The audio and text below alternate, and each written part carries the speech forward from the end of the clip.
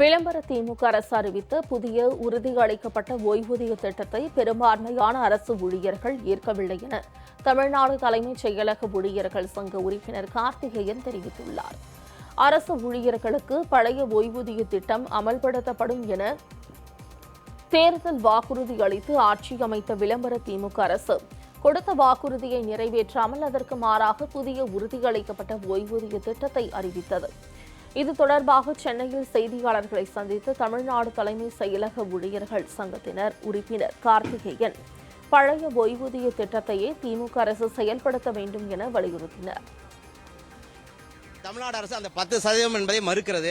அது இல்லாமல் கூடுதல் செலவினம் என்பது என்னன்னா, எங்களுடைய காசை எடுத்து எங்களுக்கு ஓய்வூதியம் கொடுப்பது.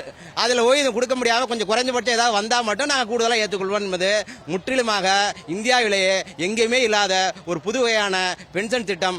தமிழ்நாடு அரசு பென்ஷன் கொடுப்பதில் இருந்து கொள்கையில் இருந்து மாறுபடுகிறது. அதனால தான் இன்னைக்கு அரசு ஊழியர் எல்லாமே இன்னைக்கு போராட்டத்துக்கு வந்துகிட்டு இருக்கோம். மேலும் மேலும் மேலும் ஓய்வூதியத்துக்கு மாற்றா பழைய ஓய்வூதியத்துக்கு மாற்று என்பது இல்லை. பழைய ஓய்வூதியம் மட்டுமே சரியாக இருக்கும். அரசுக்கு இதுவும் அரசுக்கு செலவினத்தை குறைக்கும்.